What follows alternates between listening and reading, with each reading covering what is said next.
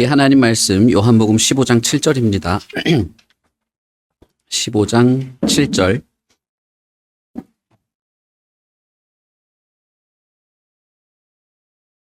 우리 한 절만 읽겠습니다. 신약 성경 173쪽에 있습니다. 요한복음 15장 7절. 우리가 한 목소리로 함께 읽겠습니다. 시작.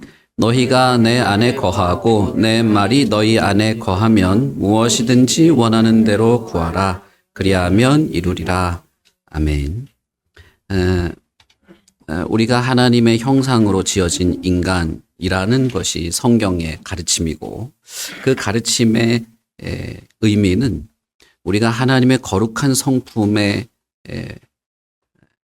닮아갈 수 있다. 우리가 하나님의 거룩한 성품을 품고 혹은 닮아갈 수 있는 것이 인간의 특권이다라고 하는 것입니다. 그래서 이 세상에 엄청나게 많은 피조물이 있고 생물이 있지만 의식적인 존재가 있죠. 요즘에 이제 생물학자들은 돌고래도 의식이 있고 지성이 있다. 문어에도 있다. 또 뭐라고 하더라. 모두 이제 의식이 있다. 이렇게 이성이 있다. 이렇게 말을 하던데, 그걸 인정한다 할지라도 이 거룩한 성품, 하나님에게 속한 이 거룩한 성품을 가질 수 있는 것은 참으로 인간의 특징이다. 인간의 특권이다라고 할 수 있을 겁니다. 성실한 것, 거룩한 것, 정직한 것, 온유한 것, 희생할 수 있는 것, 인내와 사랑을 베풀고 믿음과 순종을 하는 것 등 이 모든 거룩한 성품들은 사실상 인간에게만 있는 것입니다. 그런 면에서 인간은 사실 독특한 존재이고 영광스러운 존재라고 할 수 있겠죠. 타락한 인간 세계에서는 이 모든 게 사실은 왜곡돼 있어요. 그래서 믿음도 왜곡돼 있고 사랑도 왜곡돼 있고, 그래서 사랑이라는 것은 대단히 이타적인 것이지만 이기적인 사랑으로 변질되기도 하는 것이 이런 왜곡된 타락한 인간 세계의 불완전한 모습이라 할 수 있겠습니다. 그러나 성경은 인간은 원래 완전한 존재이다라고 말하는 거예요. 원래는 그렇지 않았다는 겁니다. 그래서 완전한 성품을 가질 수 있고 완전한 이 자유를 누릴 수 있는 존재가 인간이다라고 말하고 있죠. 따라서 우리가 예수를 믿는다라고 할 때는, 우리가 예수를 믿는다, 교회에 다닌다, 기독교를 가지고 있다라고 할 때는, 혹은 내가 구원받았습니다라고 말할 때는 본질적으로는 우리가 이런 본래의 인간의 모습을 되찾게 됩니다라고 하는 말이라고 할 수 있는 거예요. 완전한 사랑을 할 수 있는, 완전한 인내를 할 수 있는, 완전한 자유와 온전한 평화를 누릴 수 있는, 지금은 우리가 왜곡돼 있고 타락돼 있어서 다 이게 부서졌지만 이게 완전히 회복되는 존재로 내가 그렇게 회복된다라고 하는 것이 예수를 믿는다 혹은 구원받았다라는 말이라 할 수 있는 것입니다. 때로는 사람들이 참선을 통해서 어떤 자유를 만끽하려고 합니다. 어떤 사람은 학문적 성과나 기술의 발전 등을 통해서 인간이 더 나은 존재로 나아갈 수 있다고 생각하기도 합니다. 그러나 사실상 우리가 항상 이 모든 것을 경험적으로 결론을 내게 되는 것은 이것이 다 결함이 있다는 거예요. 기술에도 항상 반대급부가 있어서 어떤 면에서는 좋지만 어떤 면에서는 훨씬 더 악한 결과를 가져오는, 학문도 어떤 면에서는 참 탁월하지만 어떤 면에서는 오히려 더 악한 결과를 가져오는 것이 우리 안에 항상 있다는 것이죠. 그래서 무엇보다도 인간은 불완전하다라는 것을 경험하고 선한 의도를 가지고 했어도 이것이 악한 결과로 나타나는 경우도 종종 있다는 것입니다. 이거 참 너무 안타깝죠. 나는 참 선한 의도로 했는데 누군가에게는 그것이 큰 상처로 남는 경우도 있게 되는 것입니다. 그래서 우리가 경험하는 이 인간 세계, 우리의 삶, 나를 포함한 우리의 삶이라고 하는 것은 우리가 원래는 이런 모습이었는데 지금은 이렇게 되었다라고 하는 이 간극 속에서 인간은 언제나 하나의 공허함을 느끼게 된다는 거예요. 마음이 뭔가 채워지지 않는. 왜냐하면 이 원래는 이렇게 그릇이 큰데 여기밖에 채워지지 않은 듯한 그런 느낌인 것이죠. 만약에 인간이 원래 요만하게 지어진 존재라면 그렇지 않을 수도 있습니다. 그냥 짐승처럼 아침에 일어나서 잘 먹고 잘 자고 짝짓기해서 새끼 잘 낳고 이게 끝이라면 이게 그냥 만족스러울 수도 있어요. 근데 인간은 절대 그걸로는 만족하지 못하는 존재라는 거예요. 그래서 어떤 사람들은 이것을 인정하지 않을 수도 있습니다. 나는 완전히 만족한 존재다라고 생각하실 수도 있습니다. 그러나 보편적으로 인간 세계에 많은 경우에 사람은 이 인격체는 공허한 것을 마음에 품고 있게 돼 있습니다. 이 모든 인간 세계의 불행함 속에서도 성경은 인간은 온전한 존재다. 온전한 존재가 될 수 있다라고 말하는 것이죠. 그것은 우리가 지난주에 살펴본 것대로 사람만으로는 할 수 없으나 하나님은 하실 수 있다라는 말로 소망을 우리에게 주게 됩니다. 하나님이 어떻게 할 수 있는데 진짜 그렇게 할 수 있는 거야? 왜 나는 그게 느껴지지 않지? 와는 상관없이 그런 것과는 상관없이 성경은 하나님은 그렇게 하실 수 있는 분이라는 것을 선언하듯이 선언하고 그것을 의지하는 자에게는 그런 하나님의 도움의 손길들을 누리면서 거룩한 성품으로 나아가게 되는 것이 있다고 말하는 것입니다. 이것은 사실 쉽지 않아요. 왜냐하면 특히 현대인들은 내 지성으로 이해가 되지 않으면 받아들이지 않는 경향이 있어요. 내 지성으로 이해가 안 되거나 내 수준에서 납득이 안 되면 더 높은 차원의 것들을 받아들이지 못합니다. 실제로 많은 경우에 이것은 성숙도와 관련이 있긴 합니다. 그러나 여러분 한번 생각해 봅시다. 모든 존재를 초월한 존재에 대해서 우리가 얼마나 납득할 수 있을까요? 그건 설득도 하고 납득도 하고 논리적인 설명도 하긴 하지만 그러나 결정적으로 어느 순간에는 이것을 심사숙고해보고 받아들일 만하다라고 하는 그 단계가 필요하게 되는 것입니다.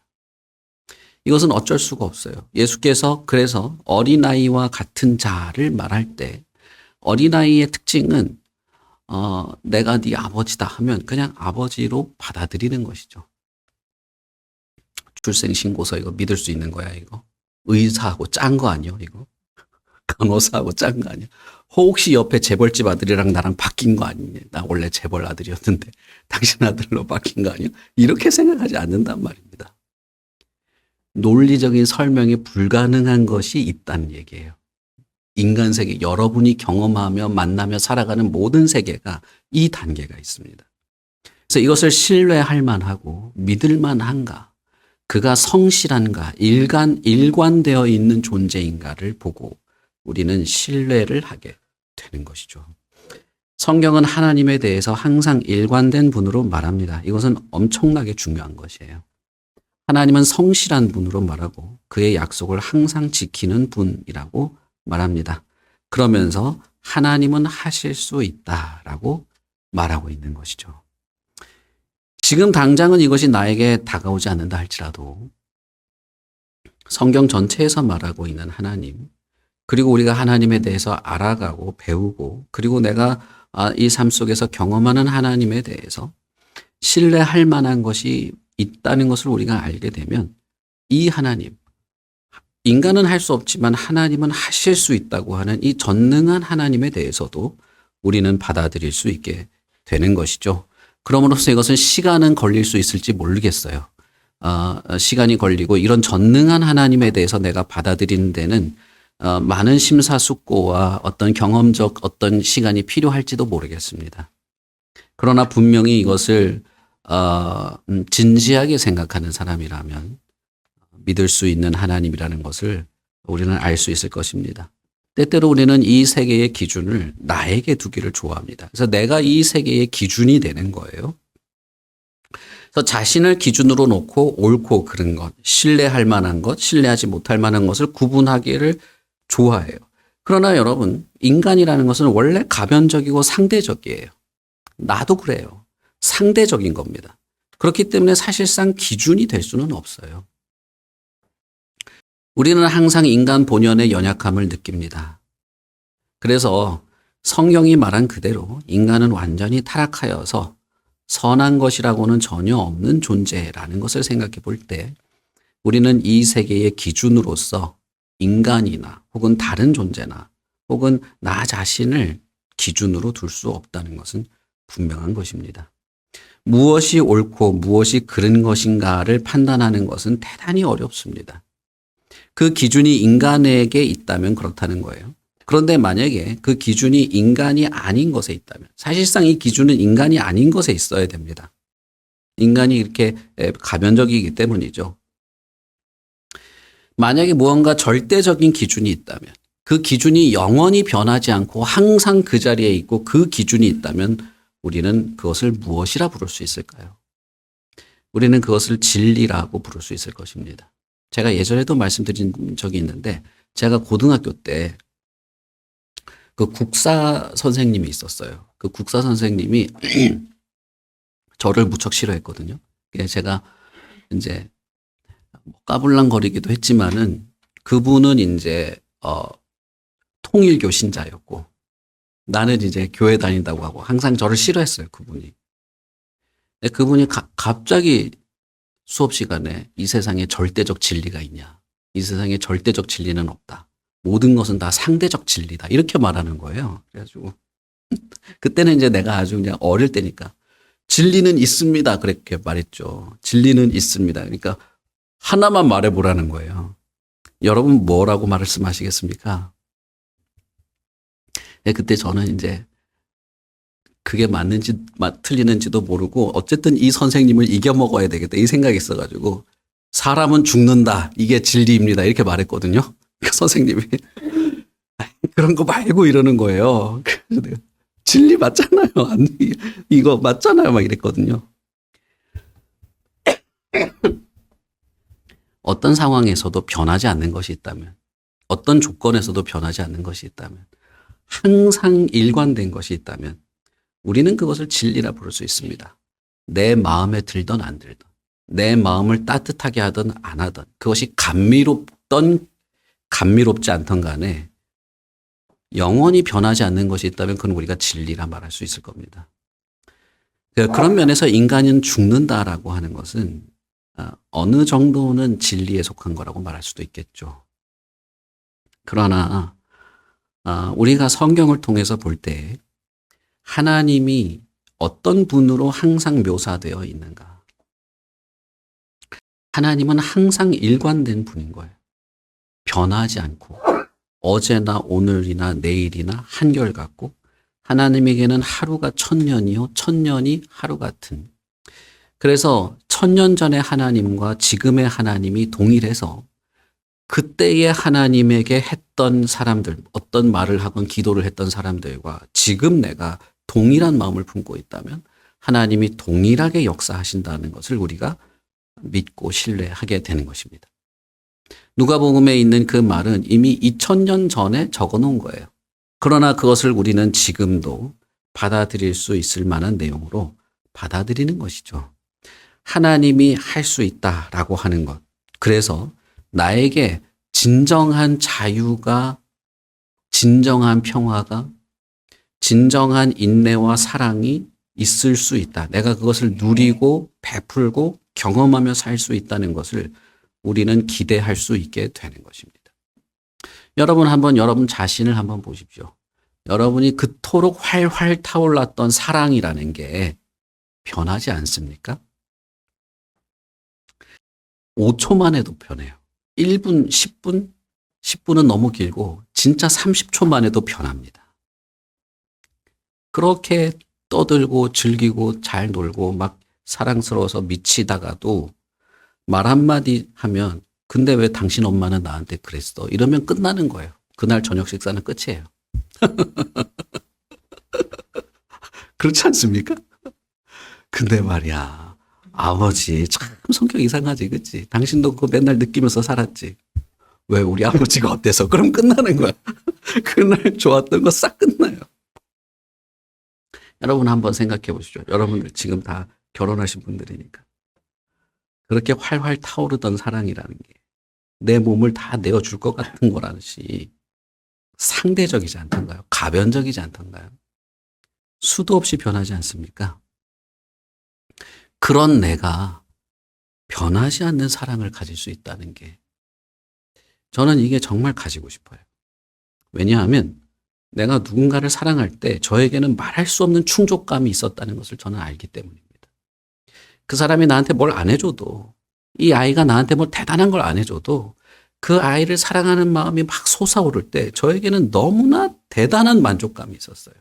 세상 그 누구도 줄 수 없는 만족감. 이 세계의 어떤 것도 나에게 줄 수 없는 만족감이 저에게 있었습니다. 돈이 별로 없어도, 집이 적어도, 주변에 내 친구들이 별로 나한테 그렇게 잘 안 해줘도, 잠자고 있는 애 얼굴만 봐도 모든 것이 평화로운 그런 경험들. 직장에 있을 때 애기 얼굴만 생각나는 거 아니에요. 빨리 집에 가고 싶고. 근데 여러분 이게 좀 변하잖아요. 집에 애 있을 생각에 아이고 조금 이따 가고 싶다. 이럴 때가 생긴단 말입니다. 그렇지 않습니까? 아니, 내가 한 명을 지목하면 안 되고 그렇지 않습니까, 여러분? 그런데 그래서 여기를 원망할 거예요? 응? 저 잠도 안 자고 지금 팔딱거리고 정신없는 저 애를 원망할 거예요? 아니면 나에게 진정한 사랑이 있기를 바라는 것이 더 나을까요? 네? 여러분들이 다 비슷할 거예요. 그 교회에서 오전에 이 성경 공부를 했어요. 오전이니까 다 이제 여성들이죠.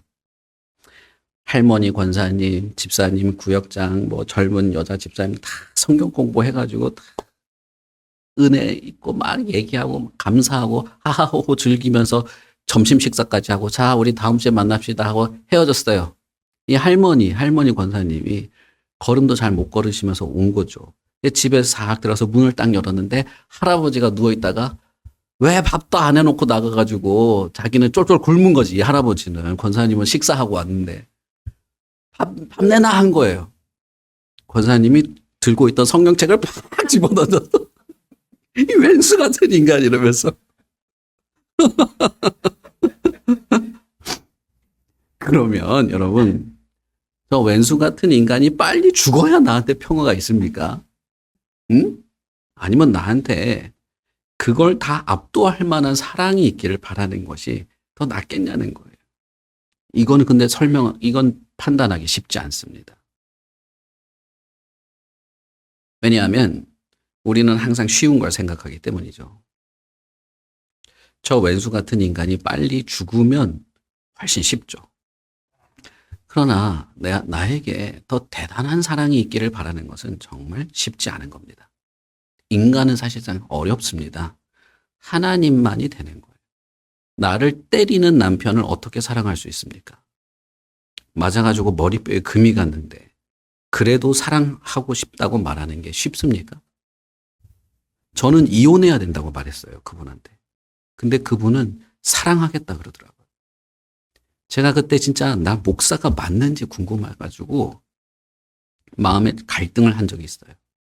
그러나 여러분, 우리는 사실상 조금일 수도 있고 몇 번밖에 안 되는 경험일 수 있을지 몰라도 진정한 사랑의 어떤 한 단면이라도 경험해 본 적이 있을 거예요. 진정한 평화와 진정한 자유, 이 거룩한 하나님에게 있는 완전한 성품의 어떤 편린이라도 경험해 본 적이 있을 거예요. 그때 여러분, 우리 안에 원망과 시비와 불평, 어떤 것에 대한 어떤 그 끊임없이 솟아나는 복수심 같은 게 있던가요? 이 세상 어느 곳도 나에게 줄 수 없는 충족감으로 이 세계가 다 없어져도 너만 있으면 난 괜찮을 것 같아. 이럴 때가 아마 있었을 겁니다. 완전한 충족감이 있었을 거예요. 성경에서 말하는 인간의 원래 모습은 이런 것입니다. 만약에 우리가 예수 그리스도를 믿고 구원을 얘기한다면 우리는 이것을 그리워하는 거예요. 우리는 이것을 구하는 겁니다. 이것이 나에게 있기를 끊임없이 구해요. 왜냐하면 나에게 이게 없다는 걸 끊임없이 경험하기 때문이에요. 왜 우리는 항상 주를 향하고 항상 주님께 구하고 항상 천상을 바라며 구원을 그토록 갈구하느냐 하면 이게 없다는 것을 계속 느끼기 때문인 것이죠. 내 안에 항상 원망이 솟아나기 때문인 것입니다. 그래서 하나님은 할 수 있다라는 이 말은 사실상 저 같은 사람한테는 너무나 다행스럽고 이 말을 성경이 기록하고 있다는 사실에서 저에게는 유일한 소망처럼 느껴지는 것입니다. 요한복음 15장에서 예수님은 이렇게 말합니다. 나는 포도나무이다. 만약에 가지가 나에게 붙어 있다면 그 가지는 열매를 맺을 수 있게 될 것이다. 라고 말해요. 그런데 만약에 가지가 나에게 붙어 있지 않다면 그 가지는 아무것도 맺을 수 없을 거야. 라고 하는 것이죠. 우리가 읽은 요한복음 15장은 인간의 상태를 말합니다. 다시 말하면 가지가 나무 이 몸통이 없다면 가지는 아무것도 해낼 수 없다는 거예요. 재미있는 것은 열매는 나무가 맺나요? 아니요. 열매는 가지가 맺습니다. 열매는 가지가 맺는 것으로 말해요. 그러면서도 나무가 절대 필요하다고 말하는 겁니다. 나무에 절대적으로 의존해야만 비로소 가지가 열매를 맺을 수 있다고 강조한다는 점이에요. 열매라고 부를 수 있는 어떤 아름다운 것. 그것을 가지는 맺을 수 있습니다. 그렇게 만들어져 있어요. 그런데 나무가 없으면 아무것도 맺을 수 없다는 것이죠. 마치 저와 여러분과 같은 인간의 상태를 보여주는 것과 비슷하죠. 요한복음 15장에 보시면 농부는 열매를 맺기 위해서 가지를 깨끗하게 하는 장면이 나옵니다. 마치 우리가 예수 그리스도의 용서의 은혜를 힘입어서 용서받는 것처럼 우리의 죄가 깨끗이 용서받는 것처럼 설명하고 있습니다. 그러므로 예수를 믿는 사람, 예수께 내 자신의 죄를 내가 죄인인 것을 솔직하게 고백하고 용서의 은혜를 구한 자들은 이미 준비가 되어 있는 것입니다. 깨끗하게 된 거예요. 그는 목욕을 할 필요가 없습니다. 발만 씻으면 되는 거예요. 그런 자들은, 그런 가지들은 나무로 비유된 예수 그리스도로부터 온갖 열매를 맺을 수 있는 그 거룩한 것들을 공급받고 그 가지의 삶에서, 우리의 삶에서 그것을 알아가고 소유할 수 있는 것입니다. 가지로는 할 수 없지만 나무는 다 할 수 있다는 거예요. 진정한 사랑을 알고 그것을 실천하고자 한다면, 내가 진정한 행복을 얻고자 한다면, 진정한 자유와 진정한 평화와 진정한 삶의 보람을 얻고자 한다면, 내가 왜 이 땅에 태어나서 내가 왜 이렇게 존재하고 있는지 그 내 존재의 목적을 경험하고 싶다면, 내가 살아가는 내 삶의 사명과 목적이 있다는 것을 알게 된다면 사실상 그 사람은 삶의 새로운 단계로 들어가게 됩니다. 모르드게가 에스더에게 이때를 위함인 줄, 당신이 왕후가 된 것이 이때를 위함인 줄 어떻게 알겠는가? 그런 줄 혹시 그렇다면 어떻겠는가 했을 때 나는 이 일을 위해서 이 땅에 태어났구나를 알았을 때는 그 에스더라는 사람의 삶이 완전히 바뀌어요. 완전히 다른 사람이 돼요. 여러분 혹시 에스더 읽으셨습니까? 그것은 우리 인간 세계에서도 흔하게 경험합니다. 어떤 사람이 평생 살았어도 40살, 50살 됐어도 이것이 없으면 나는 왜 이렇게 사는지 모르면 그냥 휘청거리거든요. 그런데 어떤 사람이 결혼을 하고 자식을 낳고 행복하게 살 줄 알았다가 사고가 나서 자식이랑 아내랑 자식이 다 죽어버리고 혼자 남았을 때, 내 인생도 끝내야 되겠다는 생각이 들었을 때 어떤 계기를 만나고 내가 이것 때문에 이 세상에 태어난 것 아닐까? 어떤 자신의 삶의 사명, 내 인생의 사명을 깨달았을 때는 완전히 다른 삶의 단계로 올라가게 되는 거예요. 여러분 구체적인 설명을 하지 못하더라도 여러분의 삶에서 우리 인간 역사 속에서 이런 케이스는 많이 있습니다. 그런 면에서 예수 그리스도를 믿는다는 것, 예수를 믿는다는 것은 제가 여러 번 말씀드렸습니다만 내 존재에 대한, 내가 여기에 지금 존재하고 살아있는 것에 대한, 그리고 내가 살아있는 이유, 어떤 목적에 대한 이유를 알게 되는 것도 있어서 그는 인격적으로 완전히 새로운 단계로 올라가게 됩니다. 여러분, 우리는 원래 그렇게 만들어졌다는 거예요. 그렇게 살고 싶지 않으시냐는 거예요. 짧은 인생이지만 1년을 더 살지 5년을 더 살지 10년을 더 살지 우리는 알 수 없어요. 내일 끝날 수도 있어요. 그러나 그 짧은 시간 동안에 내가 더 온전한, 더 나은 어떤 존재로 살아갈 수 있고 그렇게 살아가고자 하는 마음을 가지게 되지 않느냐는 것입니다. 인간은 할 수 없으나 하나님은 하실 수 있기 때문에 예수님은 이렇게 말하는 것입니다. 너희가 내 안에 거하고 내 말이 너희 안에 거하면 무엇이든지 원하는 대로 구해라. 그러면 이루어진다라는 겁니다. 여기서 예수님은 한마디를 덧붙인 것이죠. 누가복음의 그 말씀, 하나님은 하실 수 있다라고 하신 그 말씀에서 한마디를 덧붙인 겁니다. 그건 뭐냐면 원하는 대로 구하라라는 것입니다. 여러분이 진정으로 원하신다면, 내 인생이 조금이라도 더 나아지기를 원하신다면 구하라는 것입니다. 여기서는 전제 조건이 있죠. 너희가 내 안에 거하고 내 말이 너희 안에 거하면. 이 말은 쉽게 말한다면 당신들이 나를 믿는다면, 내 말을 신뢰한다면 인생이 이렇게 진정한 위로와 평화와 자유와 진정한 인간관계와 진정한 희생과 진정한 삶의 보람과 진정한 사랑을 누릴 수 있는 존재라고 믿고 내가 당신들을 그렇게 바꾸어 주겠다고 하는 말을, 내 말을 진짜 믿을 수 있다면 그럼 나한테 구하라는 겁니다. 그렇다면 이 아름다운 열매들을 가지게 될 것이라는 거예요.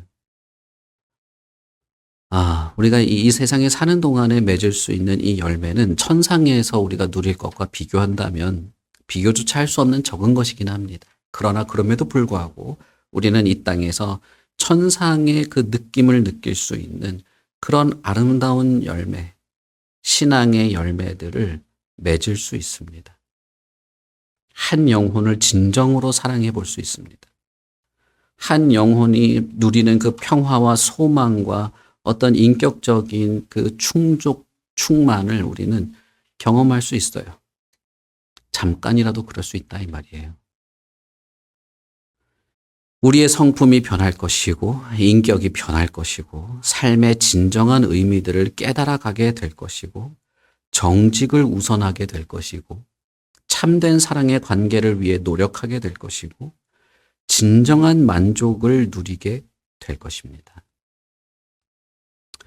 우리가 읽은 성경의 그 8절 이후부터 이어지는 내용은 과연 그러면 우리가 무엇을 구하면 좋을지 여러 가지를 말해요. 우리가 그건 읽지 않았지만 원한다면 구해라 라고 했을 때 우리가 원할 만한 내용들이 8절부터 쭉 이어집니다.